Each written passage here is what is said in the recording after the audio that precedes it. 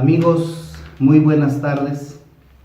El día de hoy he decidido darle a este espacio que estamos creando un nombre específico. La vez pasada había mencionado yo este medio informativo que elaboramos varios amigos sin fines de lucro, simplemente por el gusto de hacerlo. Obviamente se registró como no lucrativo, porque nosotros, la verdad, no vivíamos ni vivimos de esto. Pero el día de hoy he decidido que a este espacio, pues colocarle un nombre de algo que yo admiro mucho, como es las culturas prehispánicas, y por eso he decidido que a esta sección o a este espacio le llamemos Guerrero Águila.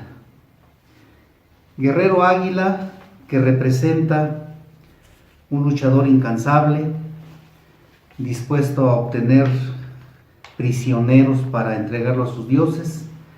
Aquí simplemente no se trata de tomar a nadie, ¿verdad?, en violencia, sino nada más de hacer mención con un respeto a este tipo de guerreros que tuvimos aquí en la Gran Tenochtitlan.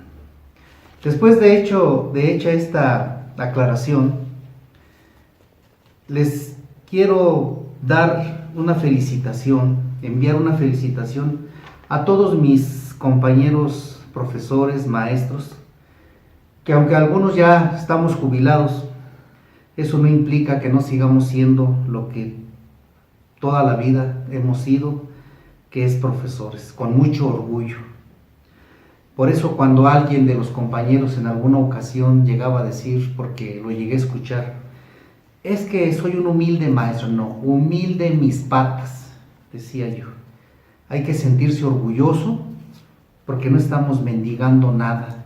Y sí tenemos el gran privilegio, porque es un gran honor que alguien esté frente a la carita de tantos niños que están ávidos, que están esperando que nosotros les transmitamos un conocimiento.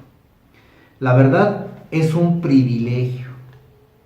Para mi gusto es una de las profesiones más hermosas, y por esa razón, con motivo del Día del Maestro, aunque ya pasó, nunca es tarde para recordar, y en especial quiero antes que nada dar un saludo y recordar a los profesores rurales. Y lo digo también con mucho sentimiento porque mi padre fue un profesor rural en el Ejido Nuevo León, en Baja California, en lo que era el valle, en lo que es el Valle de Mexicali, que en aquel entonces, si ahorita es un desierto, en aquel tiempo era un desierto peor, cuando llegaron estos primeros maestros sin luz eléctrica, sin servicios, incluso de acuerdo a los relatos de los profesores con los que tuve la dicha de convivir desde niño, porque vivíamos además, en aquel tiempo se le daba al maestro en la escuela, se le daba casa para que viviera obviamente ahí con su familia. Y los maestros tenían que salir a los ranchos a buscar a los alumnos, porque como la mayoría hacía trabajos en el campo para ayudar a sus papás, algunos papás no estaban de acuerdo en que estudiaran, pero los maestros se dieron a la tarea de ir casa por casa, rancho por rancho, a buscar alumnos para la secundaria, para la primaria. Por eso es que en aquella época yo recuerdo que en primaria estaba uno en primero, segundo, tercer año, y teníamos compañeros en segundo año, por ponerles un ejemplo, de 10 años de edad, de 12, porque no habían podido estudiar a tiempo. Ya de preescolar ni les hablo, a nosotros en lo personal, a mí no nos tocó la dicha del preescolar, pero un reconocimiento a estos maestros, que son los que en verdad forjaron a la patria. Por esa razón, mi reconocimiento y mis respetos.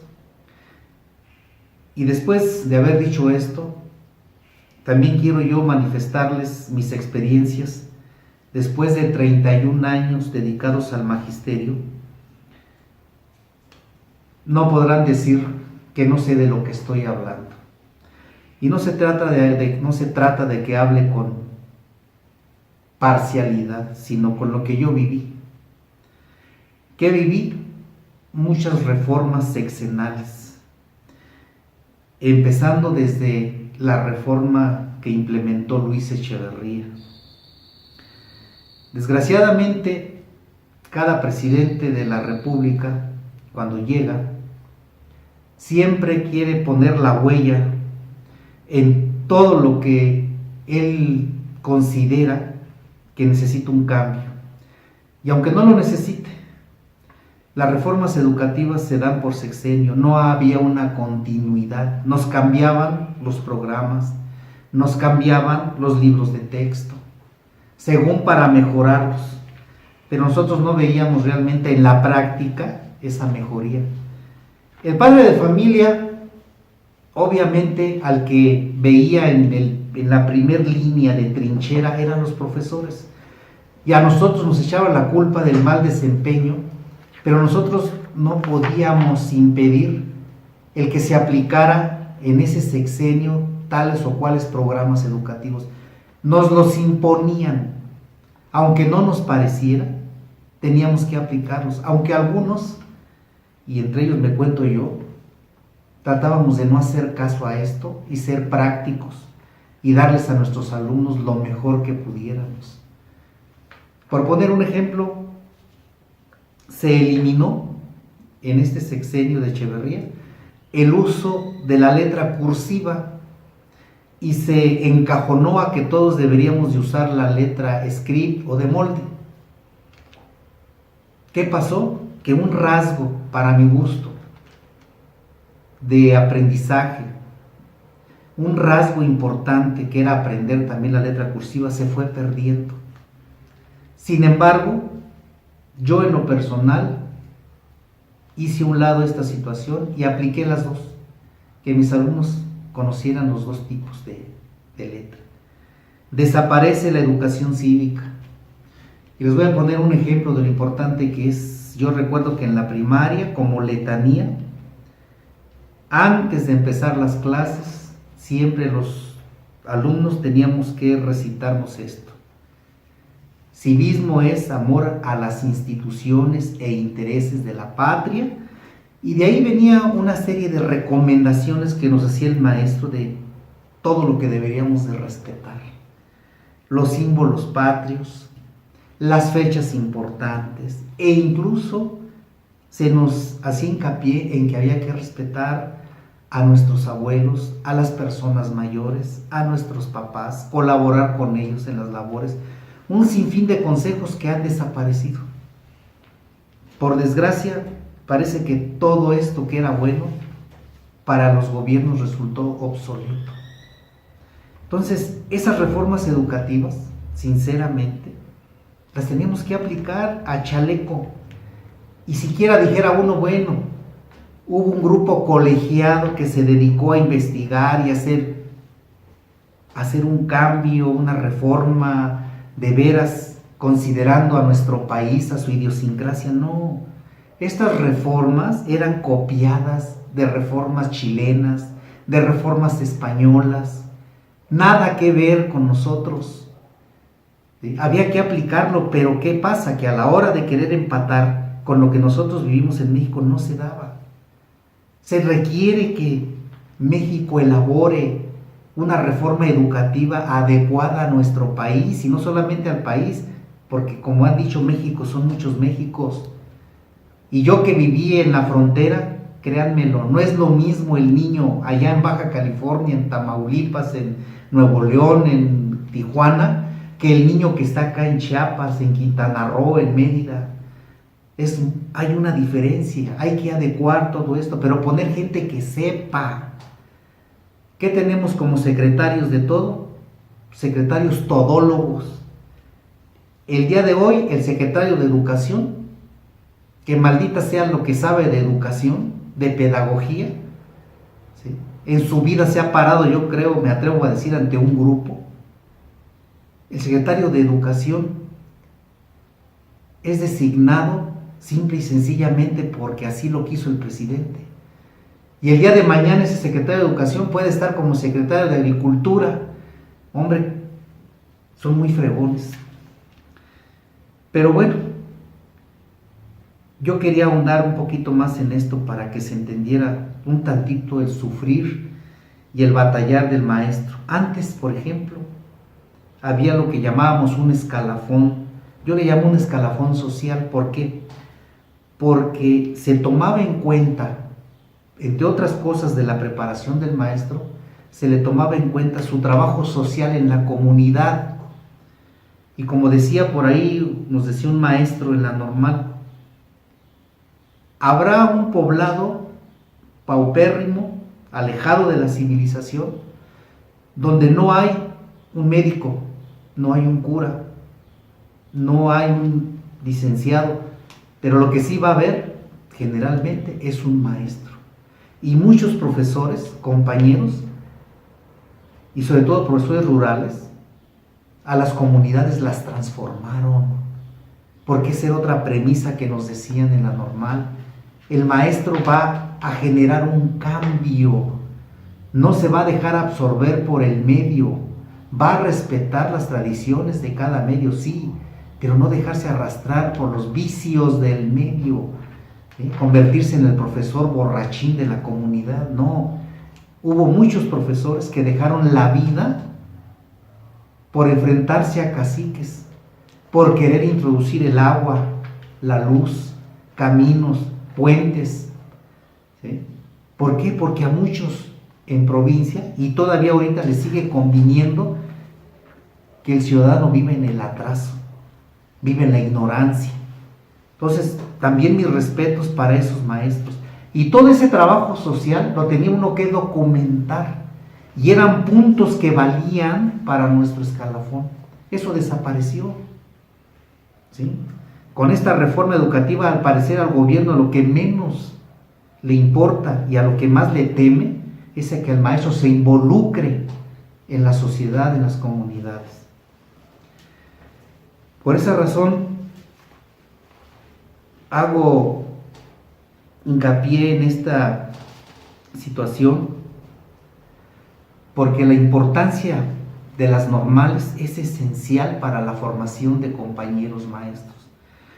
Yo creo incluso que si queremos mejorar la educación a todos los niveles, nadie debe pararse frente a alumnos, y no me importan alumnos de qué edad. Nadie puede enfrentarse ni pararse, no se le debe de permitir pararse frente a alumnos si no ha cursado la normal. ¿Por qué?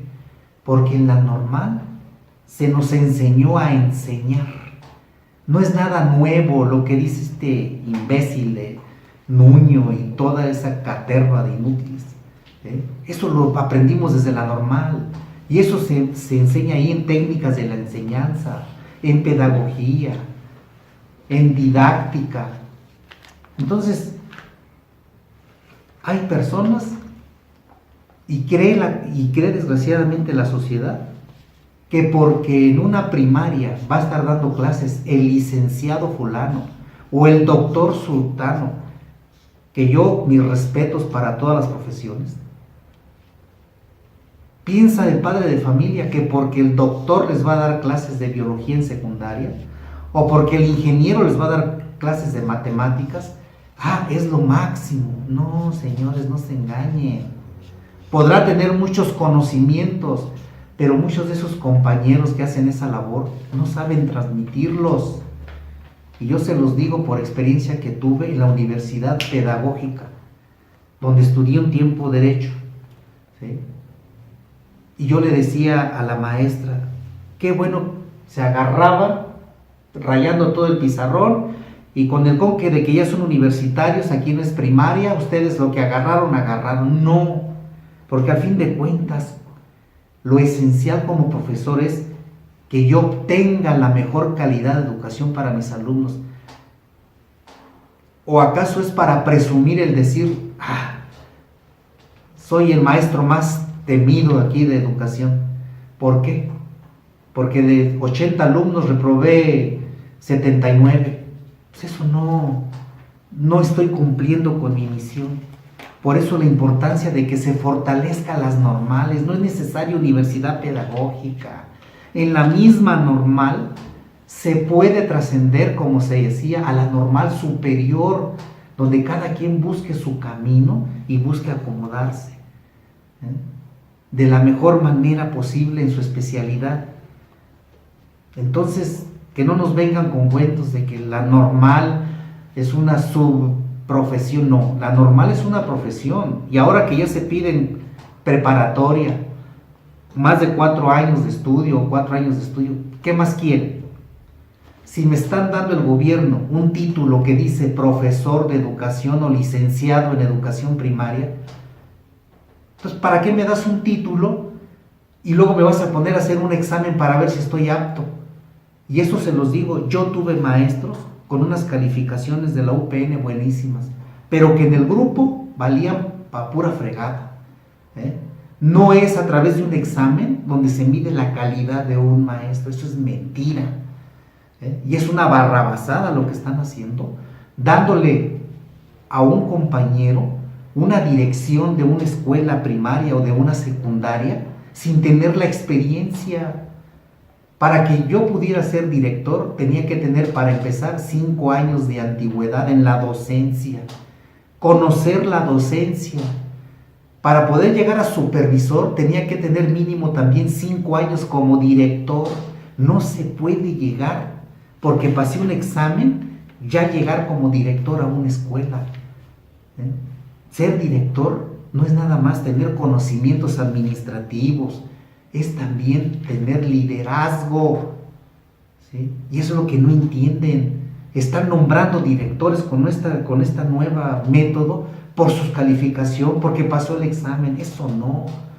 Y ahí están las consecuencias que va a haber en muchas escuelas de problemas. Hay que tener la experiencia primero. Por esa razón, los exámenes de permanencia son un verdadero abuso contra los compañeros maestros. ¿Sí? Es un abuso contra ellos. ¿Por qué no pedimos que estos exámenes de permanencia se los apliquemos o se apliquen también a los políticos? Vamos a ver si ellos pasan su examen de permanencia, a ver qué tan buenos son en la Cámara de Diputados, qué han propuesto, qué han logrado. Y lo mismo en la Cámara de Senadores, el mismo presidente. Hemos tenido presidentes asnos, pero como este burro de Peña Nieto nomás no hay quien se le iguale. Que se le haga un examen de permanencia a ver si lo sabe. Entonces, muchas felicidades por el Día del Maestro, y para los que sí sabemos lo que es ser profesor, les deseo lo mejor. Gracias.